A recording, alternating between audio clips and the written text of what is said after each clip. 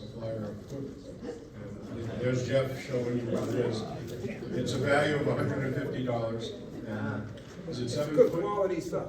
Oh, and he endorses it besides. So the raffles are $5 each, 3 for 10 or 7 for 20.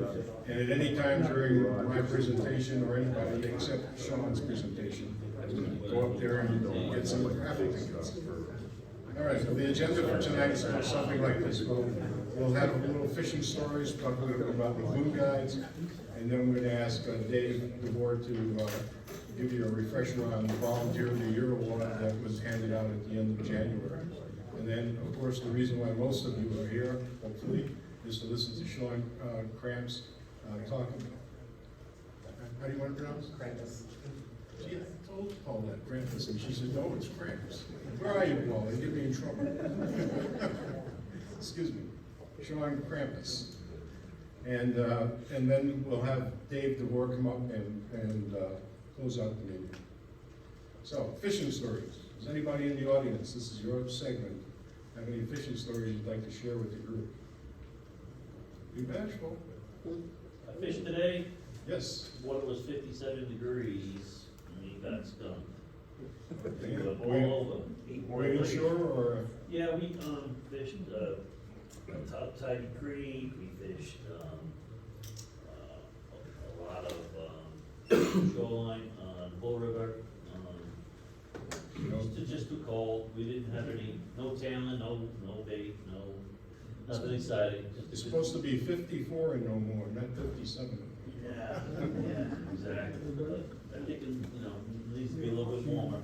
Well, here's a fellow who caught a fish just a couple of days ago, and John the Wren, but he caught it in the lagoon. Yeah. And the lagoon, of course, a little bit warmer than the ocean. But he managed to tag this fish. I don't know if you can see. I tried to highlight where the tag is. It's kind of lost in the whole thing, but he had something that's 23 inches, and he said, I tagged it and returned it. And it doesn't want to cause any trouble with the limits. Anybody else have a, Rick, you must have a story. Have you been in the kids fishing lagoon?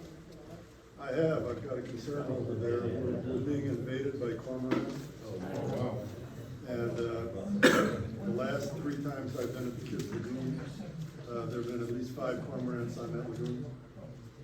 And I don't carry a gun anymore. It's good. Probably good you don't. But I'm concerned. All right, well, thanks, Rick. Well, last month, about this time, we had a saltwater fishing clinic that Robert Hale conducted. I think there were 27 participants. And the seminar wasn't supposed to be a seminar, but it turned out to be a big lecture by Robert. And people were mesmerized, and they just kept on going. And so he gave them a seminar on just about everything you could think of. Type of equipment you should use, the lures, how to tie a knot, soup to nuts kind of clinic. And usually successful is what everyone is telling me. So I wasn't there, but I have fished with Robert, and if there's anyone who knows how to fish in this community, it's him. So, there's supposed to be another fishing clinic coming up. At this point in time, I'd like to ask Tom Root to come up and talk about this a little bit.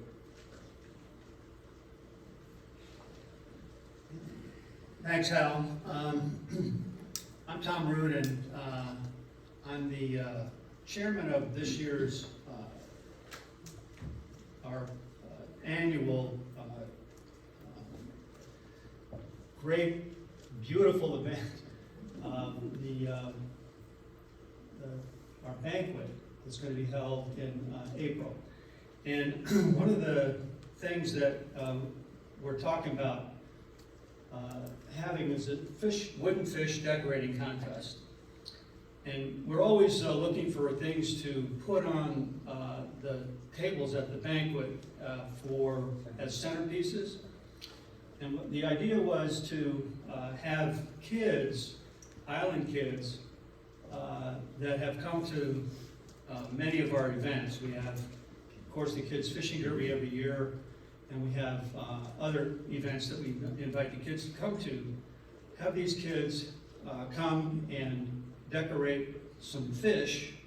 We have these wooden fish that they can use art supplies to paint and decorate. And then they would be used as centerpieces at our banquet on April 18th. So we're talking about doing this here at St. Peter's. They have a classroom on the other side of the building here that would hold that group. And we'll do it on March the 18th, trying to get that date confirmed. We think that right now it looks like it's available. That's a Saturday. And we're looking for 25 kids to come in that day. We're going to have, hopefully we'll have some SCAD students here in the art department there. And we'll also looking to have some volunteers from the Landings Art Association come and help these budding young artists put their stamp on these fish, and then we'll have a contest at the end. We'll judge these, give some prizes out, and then we'll have them displayed on our tables at the banquet on the 18th of April.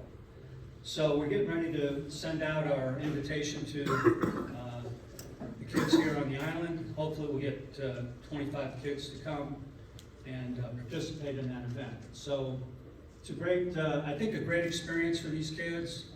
If we have the SCAD volunteers and the Landings artists come and help them, that should be a pretty good experience for those children, and we're very excited about doing it. The kids will be ages 6 through 15. So that's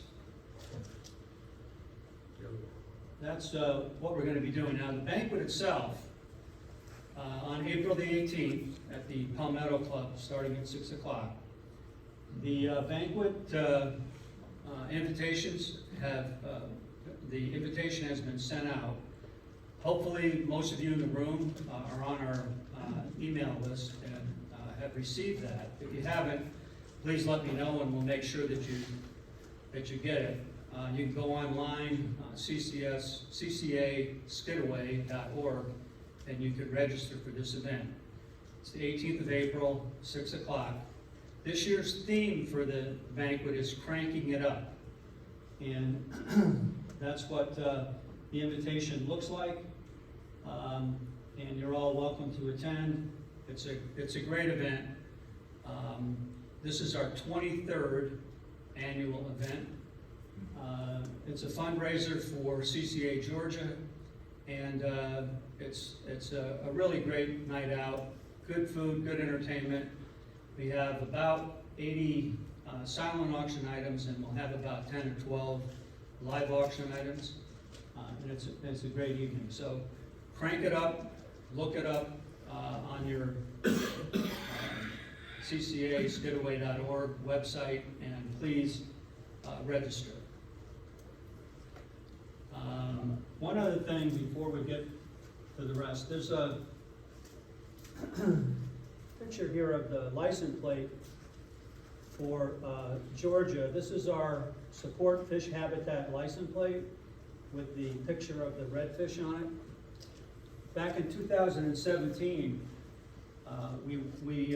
CCA Georgia worked with a few of the congressmen here in town. One was Dr. Ben Watson, some of you may know, he's one of the state senators, to help sponsor legislation to allow this license plate to be produced. So back in 2017, we were fortunate enough to have that legislation pass. And that license plate is a great way to support CCA's mission, which is to improve our coastal habitat. The license plates cost $25, and 20 of that goes to Coastal Resources Division, earmarked specifically for habitat improvements. And you can see, probably can't see some of these, but offshore reefs and also oyster reefs are ways that this money is used to improve fish habitat and other coastal marine resource habitat. The reason I'm mentioning it tonight is we just heard that the money raised from this license plate has just crossed over the $1 million mark. So we've raised, CRD has raised $1 million from this license plate. Many of you have contributed to it. I know I see it in the parking lot all the time. So we just want to say thank you very much. CCA was instrumental in getting that license plate passed through the legislation. And I think $1 million worth of marine habitat improvement is a pretty good story. So we want to let you know that tonight. So thank you very much. Thanks, Dave.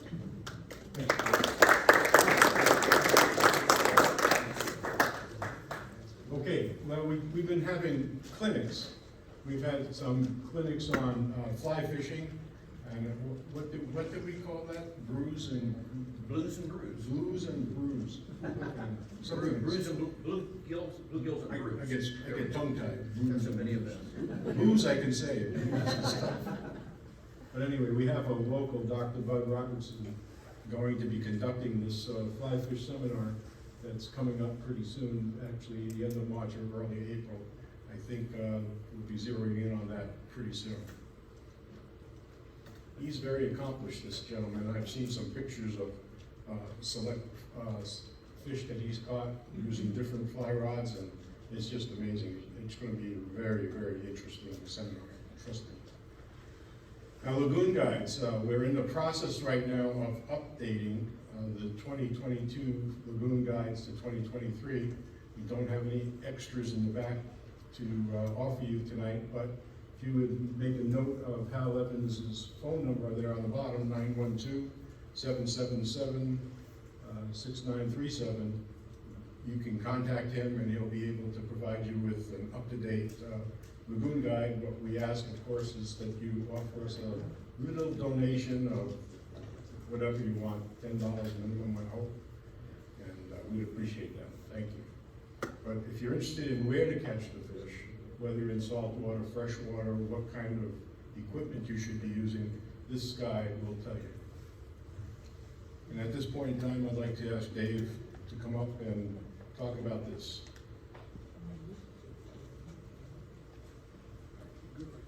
We're up to about 400 members here on the island right now.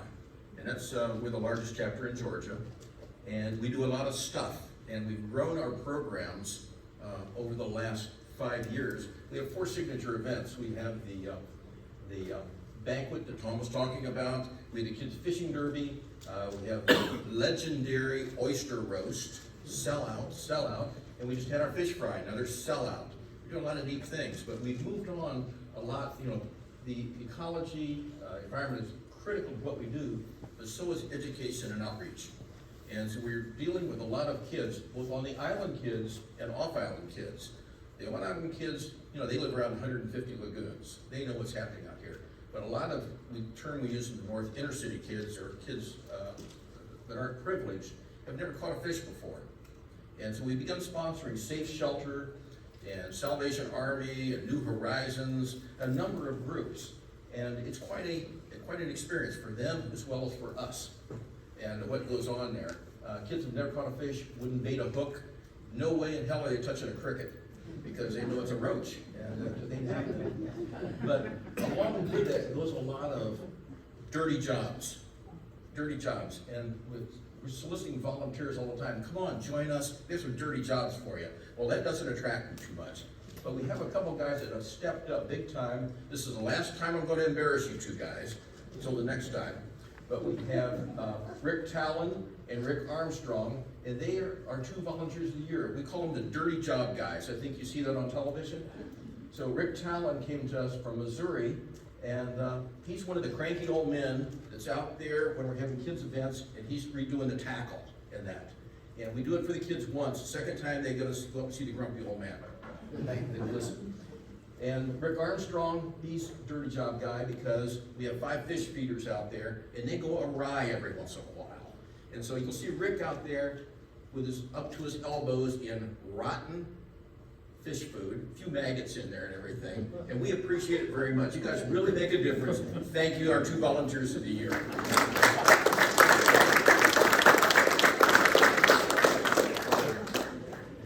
So there's a lot of volunteer opportunities here. In the closing, I'll show you a calendar you can take a look at, and you're going to see what we're going to be doing for the next 6 months. Pick out one thing you'd like to do. We can sure use you. And you came down here for a reason. You're retired, a lot of you, and you're kind of reinventing yourself a little bit. This gives you a good opportunity. We can really use you for crowd control or your expertise in whatever you've done. Let's see, we're looking at 2. Am I missing a point on here? Okay, I got it? Okay. And so now I'm going to make an introduction of our speaker tonight. Now, Shawn Crampes, okay? And you're a doctoral student? No. I'll be going back to school in the fall. Close enough. Close enough. But he works out here on the island. And he's going to give a presentation on tagging sharks. And you're looking for volunteers too, right? It's volunteers. So let's introduce, I'm going to introduce Shawn. Let's welcome him.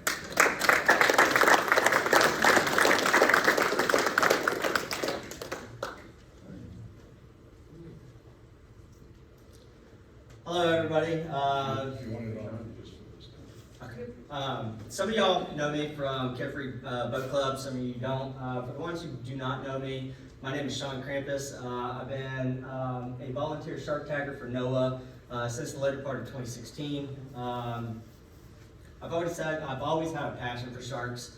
I think they're one of the most misunderstood creatures out there. Obviously, Jaws really did it in for a lot of people, scaring you guys out of the water and whatnot. But that's not the case for me. I would gladly jump in the water with sharks. A little background: born and raised in Columbus, Georgia. Moved to Savannah area when I got out of active duty in 2013.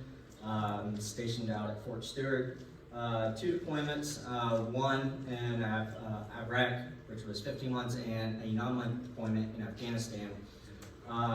Decided it was time for me to get out of active duty, so I decided to continue on with my military career in the Army Reserves, which right after the seminar I had to drive 4 hours to go to Columbus to do my military training starting tomorrow. I have 0 regrets, but sharks, why tag them? What is the importance of sharks, apex predators at all, right? Apex predators help maintain homeostasis within the marine ecosystem. Like any other apex predator on land, if you start demolishing those numbers, that gives their prey population bigger free range to go around and decimate the land. Right? Same thing happens with sharks. But I'll get to that later on into the presentation. Why tag sharks, right? Stock structure, distribution, migration, patterns and movements, population abundance, age and growth rates, behavior and mortality. Some of those are self-explanatory, but it gives the scientists, the marine biologists at NOAA and other marine biologists better understanding of how sharks operate in the ocean. Different species will travel a lot further. I was actually speaking with my professor about it earlier today about deep blue. 20-foot great white shark traveled from where again? St. Catharines to, I forget which, Hawaiian island. yeah, some Hawaiian island. I mean, the migration pattern for white sharks are enormous, and it's amazing what these animals can do.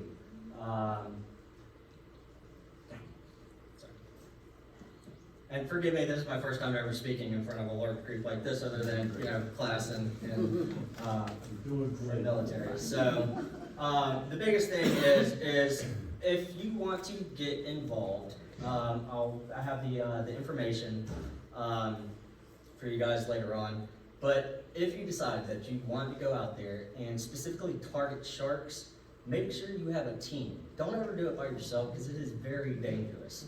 Okay, you never know if you're gonna catch a little small pup or you're gonna catch an adult. The pups are just as violent as the adults are. They're a lot more flimsy and can reach around and bite you and still produce heavy bleeding. But of course, safety first is always key. If you're fishing for sharks on a boat, don't gaff them, don't yank them up, put them on a hot deck. If you catch a large shark, make sure you keep it in the water. Smaller sharks, I'd say maybe 4 feet below. Yeah, you can put them on your deck because you can just reach in, grab them. But it's not ideal, okay? Reduce the fight time by using heavy tackle. Most of us do a lot of inshore fishing, so we're used to rod and reels. That's for the raffle. But if you have heavier tackle, using bigger reels, stronger lines, leaders, hooks, that helps reduce the fight time, which also reduces the stress on the fish. Okay. Again, tagging is a team effort. When you get out there, make sure that you already have your designated person who's going to do the measuring, who's going to tag that shark, who's going to pull the shark out of the water, well, not fully out of the water, who's going to record and measure. And once you have that shark on line and it's landed, everyone needs to know their job to get it done and get that shark back into the water. Sharks breathe by constantly swimming. That's why they're constantly moving, because they're flowing the oxygen through their gills. Okay. Minimize physical handling. That's why I said, make sure that everyone on your team knows their role. Okay. Sharks, for some people, all look the same. It's kind of hard to identify certain sharks, but the main indicator, what I always go back to, is their teeth. Okay, but tag only sharks that you can identify. Most of the sharks that we have in the waters here are black nose, black tip, lemon sharks, nurse sharks. I've caught one scalloped hammerhead here. You have bull sharks as well, and I want to say great nurse shark as well. Sand tiger, sorry, not great nurse shark, sand tiger. So it's through my experience and my time, dealing with sharks, I kind of just like, oh, okay, like I know what shark this is, like based on the color, based on the fin layout of that fish, and so I can identify that type of species. For the NOAA program, they do prefer that you tag sharks over 3 feet. Other than that, they're juveniles, and it's just not the time for them. Over 3 feet, they're starting to fully develop their sensory receptors. Their organs are starting to become a lot more bigger, hold different kinds of prey in there, their food, everything like that. So, yeah, 36 inches. When you're releasing the shark, again, team effort and safety first, always, because if you get out there, and for me, I do land-based shark fishing. I get in the water to partially pull it out and then pull that shark back into the water. So you have to be very aware and cognizant of your surroundings. That shark can thrash. It's a lot stronger than me, and there's a lot of force behind that tail, and I tell you from experience, it hurts. Use a de-hooker or what I use is a small bolt cutter. I use roughly a 10-aught hook with 300-pound wire connected to 400-pound auto leader. Then that's connected to my top shot, which is roughly around 150, 200 pounds top shot. So if you have that kind of tackle and you can't get that hook out, that bolt cutter there is your sure bet that you're gonna release the hook or get it out. Obviously use hooks that will rust away if you can't get the hook out. I think with redfish and trout, I think you guys use the same thing, right? So use non-offset circle hooks. When you're handling the sharks, sorry, I'm jumping all over the place. I'm stopping here. But when you're handling the shark, and this is going back to minimize physical handling. The larger sharks, the more you drag it on the ground, it does a lot more internal damage to their organs. So just be aware of that. Try to keep it in the water, or if you're land-based fishing, make sure it's close enough to the water so when the waves break, it's getting into their face, covering their body, getting into their mouth, so they're getting the oxygen. For everyone who's caught a fish and it's been a long fight, you have to, when you release it, you have to let it revive. It's exhausted. I mean, I can't imagine fighting, 45 minutes to an hour and a half, and then be like, okay, I'm just gonna swim away, everything's fine. No, you need to revive that fish. So that's like getting into the water, holding it, just like with a trout or a redfish, run back and forth in the water, and then release it. And then watch that shark, or watch the fish, and swim away as it swims away. Make sure it swims away strongly. Again, with tagging, this is more on the data portion, on the data card. Again, make sure your team is ready. Make sure you have a safety plan to get everything that you need and get that fish back into the water as quickly as possible. When you're filling out the data, the biggest thing is identify it, obviously, and sex it. If you're unfamiliar on how to sex a shark, it's super simple. That's a male because the clasper is right here. And then on a female, there are no claspers, just the cloaca. That's how you tell it, just that's simple. Measuring, I use a fabric measuring tape to measure it.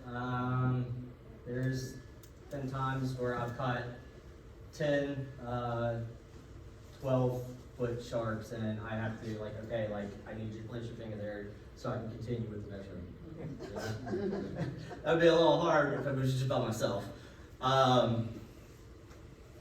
For the ones who enjoy math, if you get the length times width times height, you can get the weight. Other than that, guesstimate. If you're unsure, just guesstimate the height and the weight. Who caught it? Okay. What kind of tackle did you use? Where did you catch it? All that kind of information is important on those data sheets. Tagging the sharks. I'm sorry. Can you still hear me? Yeah. Okay. So tagging the shark right here. At the very base of the dorsal fin, you'll make a small incision. And you have the poker right here. This poker clips into the tag right here. There's a little spot on. I should have brought mine. I forgot, so I apologize for that. But you make a little small incision, and you want to get this tag, this piece right here, in about an inch, inch and a half inside of that shark. With the flow, they're already preset for the travel. So when they're traveling, it's not going all wonky and whatnot. So, make that small incision, punch it in there. If all the other data has been collected from it, release it. I mean, it takes me and my crew, once it's landed, no more than 2 minutes, 3 minutes to get it done. Because that's how efficient we are. We all know each other's roles. If one person goes down, then we'll get them removed. Next person will come up and then continue on. Our biggest thing is making sure that we get the information of that shark and then get that shark back into the water as quickly as possible. Again, here's a sample tag. Identify the shark. Bull shark, you can do common name or you can do scientific name. It doesn't matter. Where you caught it, so it could be, for me, Tybee Island, Jekyll, St. Simons, what have you. If you're on a boat out in open water, longitude and latitude, the date of when you caught it, the length and the guesstimated weight. As you can see, this person made a mistake right here, so you drew estimated, like the arrows right here, so 54 inches for measures and 90 to 100 pounds for estimated weight. Rod and reel to kind of tackle the condition of the fish. You can also add additional information. So if you fish the back river, then it's Alley Street on Tybee, Savannah, Georgia, or Tybee Island, Georgia. Your name, and then any remarks that you have on there. If you remove the hook, if you couldn't remove the hook, just annotate that. And if it had parasites on it, if it's been attacked, make sure, you can include as much pertinent information on that card so NOAA is tracking what's going on with that shark.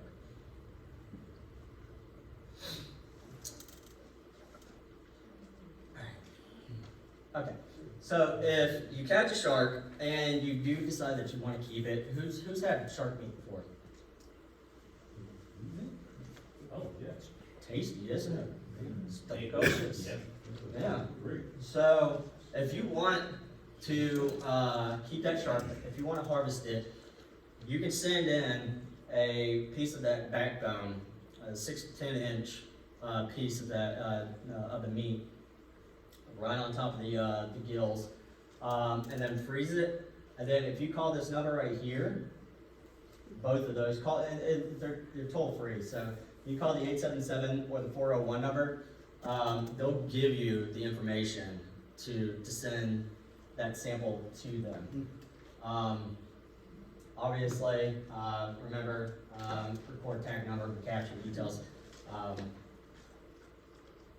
Yeah. I mean, I've never personally sent in a sample. I've also never caught a tagged shark. I can't even tell you how many sharks I've tagged. Hopefully one day I catch one of the sharks that I've tagged before. I think that would be really cool because it's like, oh, you're coming back home. So if you fish and you have the Georgia DNR sticker for your size limit, or, how many you can keep, it also shows prohibited sharks on here. In accordance with the rules and regulations of the state of Georgia, and if you fish on Tybee, tagging for being a volunteer tagger does not exempt you from local or federal or city ordinance. Make sure you're abiding by the laws and the rules. Think for any conservationist, you want to make sure that the fish is okay, or you want it to go off and produce more, so we have more to enjoy, for the kids to enjoy. It's amazing. But once you get your tag set, okay, they send you, it's like a little brown pamphlet, whatever, and it's got pictures of various sharks on there. It's got your 5 tags. You have a poker.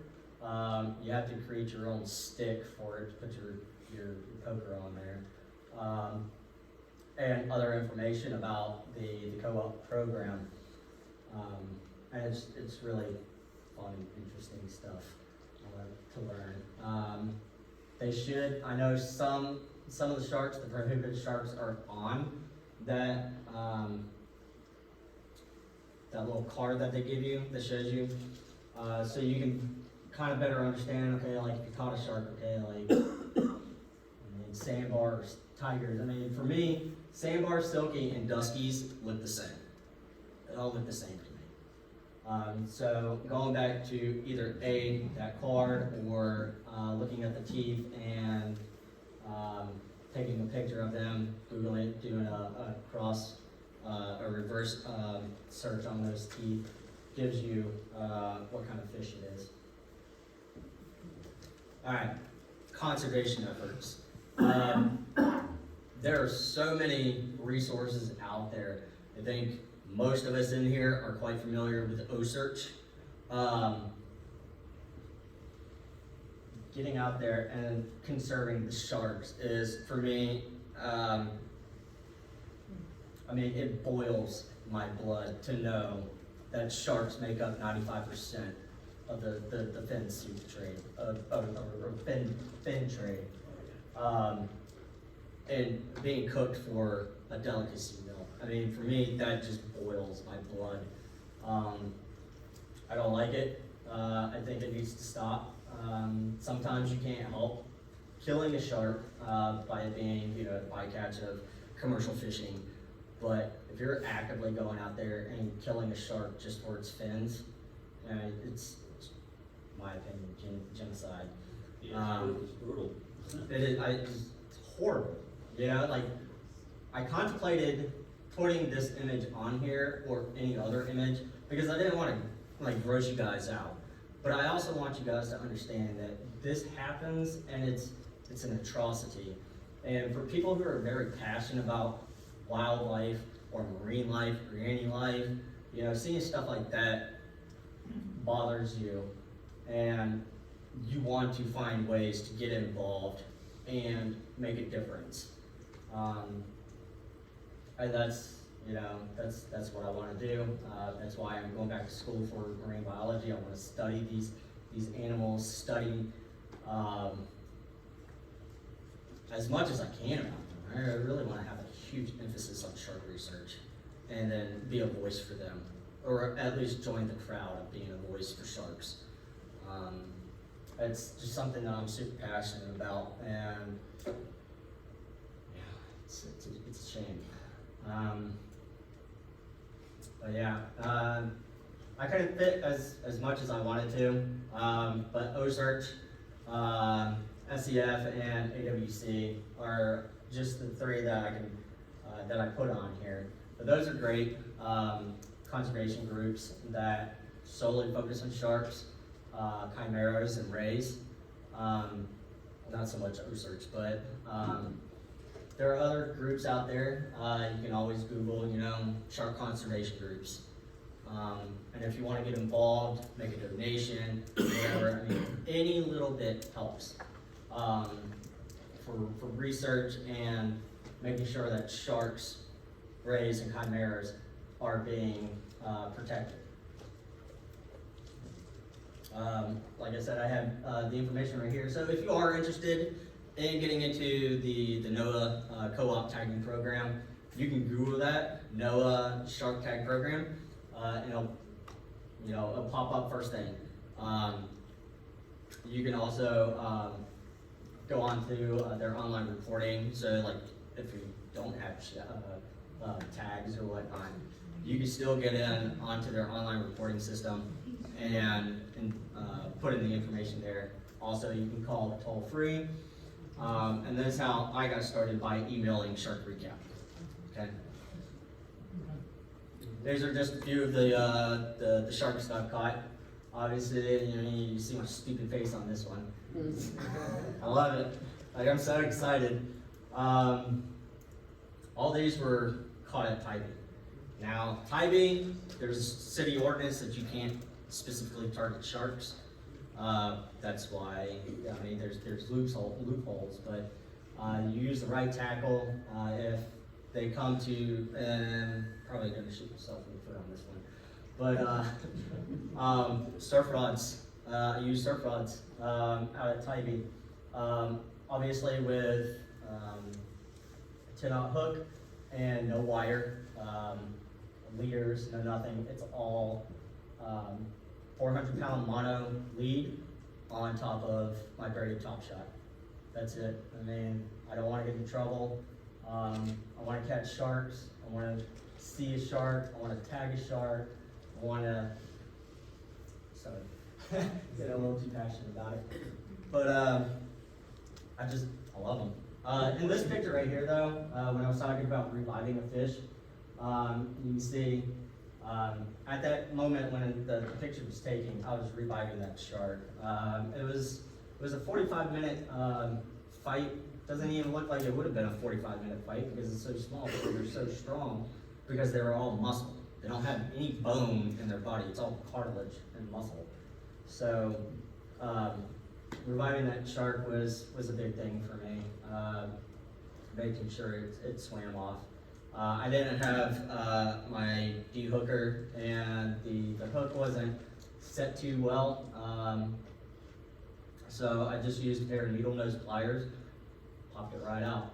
And this one right here, that was a big lemon. I fought her for probably about an hour and a half, and thankfully I had a beach full of people, friends, and my partner there with me at the time, and we were able to get this one in and get it right back out. And funny enough, a month later, my buddy caught the same shark. That is pretty cool. I mean, like, that's At the one same in a place? million. At the same place? Same place, right there off the main pier on Tybee.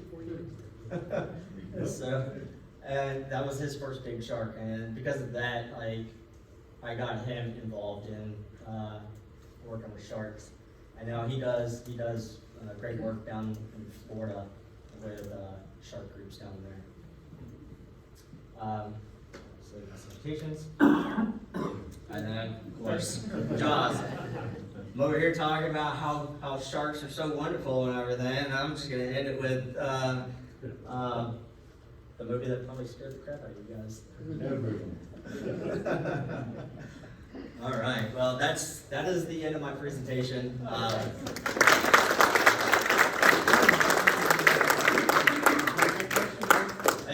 Any questions? Did you ever give CPR to a shark? No.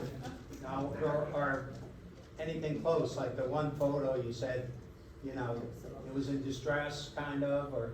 Well, the thing is, so the whole point of using the heavy tackle is to reduce the stress on that fish. You're reducing the fight time.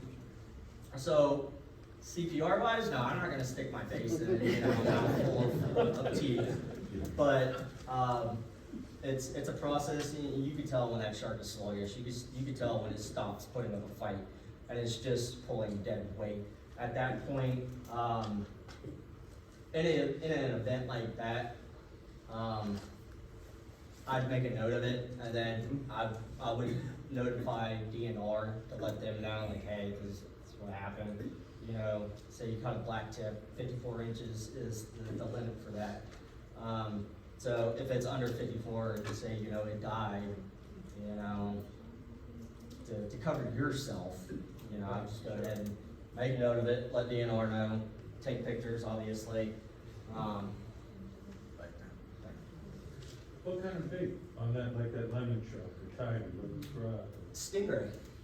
So, for me, best shark bait, see, like, you say how, just, like, offset hooks, or non-offset hooks. I mean, once it sticks, for me, I mean, I've always had good luck. But bait, mullet, blues, stingrays, poor man's tarpon, which is ladyfish. You know, something that's really oily, really bloody, really stinky, stuff like that. Sharks can detect 1 drop of blood in 1 million gallons of water. So, you know, if you're pouring out, you know, bluefish or jack, you know. Just Yes, in your very first introductory slide, I think it was a great white, had a buoy attached to it.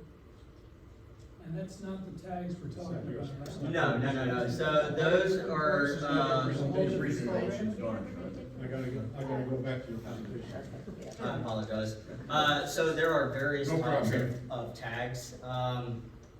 Like I said, I had them to bring, to pass around, as well as the little poker. But spot tags, GPS tags, those are, This one? this one? Yeah, so this one is a GPS, so once it's surfaced, that tag will communicate with the satellite and then send that information to the marine biologists or to the scientists, what have you. And this is a beautiful shark. This is a gray nurse shark. One of my favorites because it just looks mean, but they are quite docile. What got you started on sharks? Did you have, intrigued by them being little? Shark Week, or- like growing up, obviously Jaws, it's like, oh, like, why are people so afraid of these? Like, I want to know, it's, with I'm gonna use an example here. My ex-wife, the reason why she became an evolutionary biologist is because when she was going through primary school, they skipped over the entire portion of evolution. So that got her thinking, like, why did they skip over this? So like, I want to pursue that, and that's how it was for me with sharks. They're very misunderstood. They're obviously feared, and for good reason. Like, you should have some level of fear for a shark. They are predators, and they are prone to attack. Most shark attacks that do happen are unprovoked. They're just looking for food. Once they take a bite, they'll realize, like, that's not the meat that I want to, and digest. So they'll spit it right back out. So, And the Not too second confident. The second question I had is the industry that takes the, fins, are they wasting the rest of it, or Yes. are they using it for Yes. something else? there are many videos out there, and I was actually telling my professor there's one documentary called Saving Jaws, and Ocean Ramsey and her team are in that documentary, we're on a quest to stop the fin trade in Southeast Asia. So Asian countries are primarily the Bad actors. yeah. They're the main, the main group that go out, get the fins, and then throw the rest of the body into the ocean.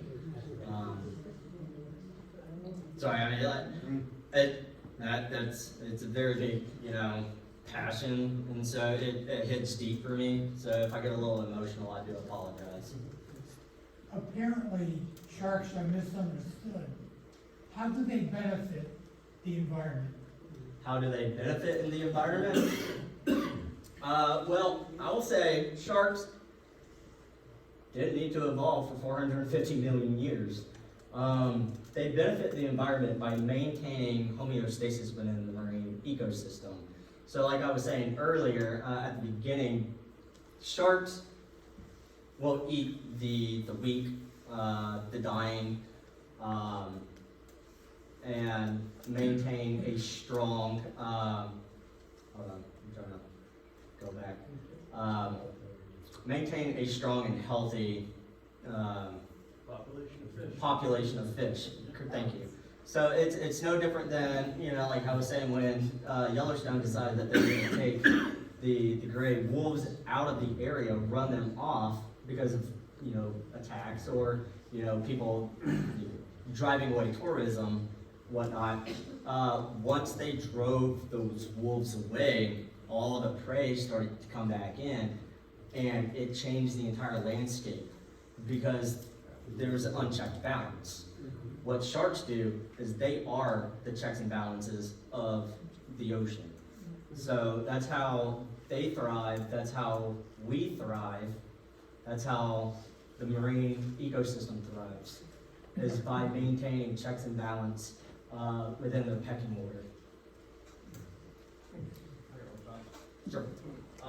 So a lot of the pictures I saw were at night when you guys were tagging sharks. Is that the preferred fishing time for them, or do you just like doing that because there's not a bunch of people around to get in the way, Feeding. anything like that? Sharks are most active at nighttime. And yes, you know, of course, who wants to be around a lot of people? Yeah. You know, like, you're there, you're with your own team, the more people involved, it's just, so. Are shark populations increasing, decreasing?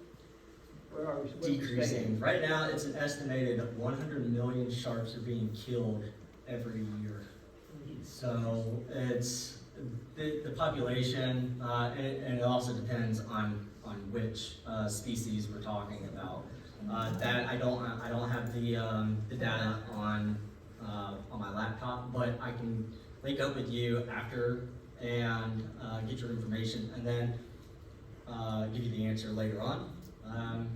That's my theory, or my running thing, is if I don't have the answer, I will find the answer and I will give it to you. Well, there's an article online that says since 1970, the population's dropped 71%. You said that you estimate the size or the weight of the shark. Is there a chart available for making that estimate? Not that NOAA gives you, no. I'm not a math whiz, but I do know if you can calculate the length times width times height, you can get the mass of the fish. I'm sure there are. In what units? Pounds, kilograms? Inches, like for measuring, or for the weight of the fish. Weight of the fish. It could be kilos or for pounds, because they also have volunteers in Europe as well that tag for NOAA. So you can use empirical or metric. How about we show Shawn how much we appreciate him being here?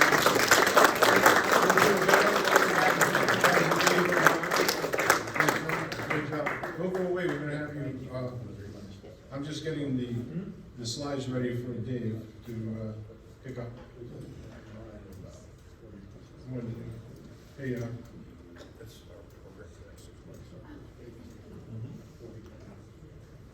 I'd introduce him, but you already met him. You've met me before. A salesman with a microphone.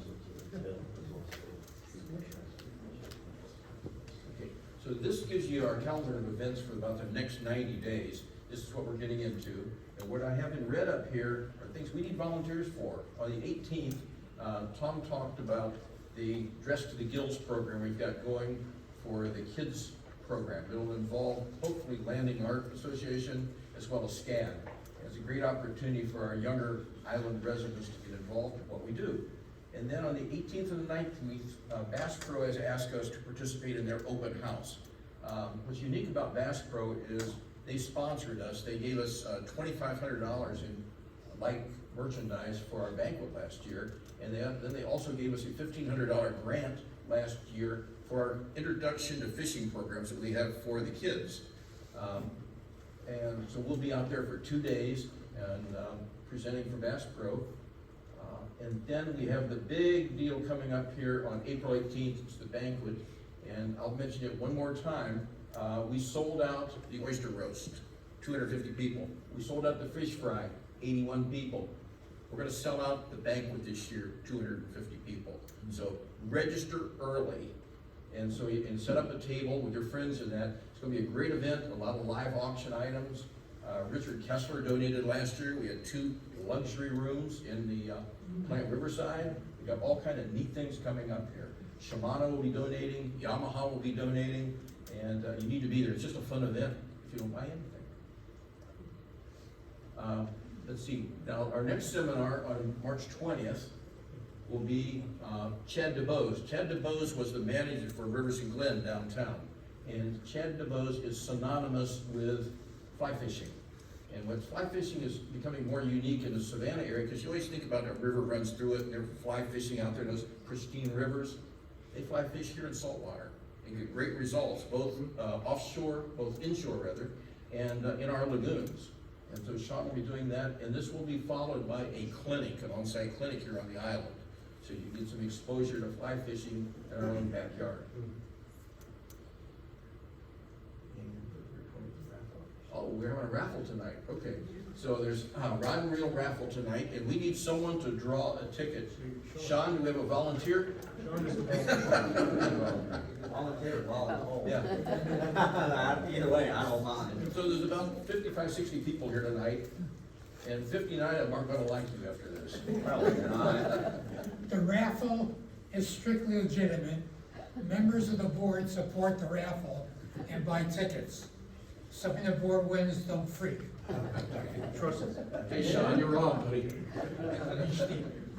If you have any questions to Shawn, by the way, he works out here on the island too, so you can catch him during his working hours out at, what, Delagal? Delagal and, Great. There'll be a horn fight. all right, are we ready? Ticket number 507172. I say again, 507172. Oh, Whoa, look at that. Well, how about that? Congratulations.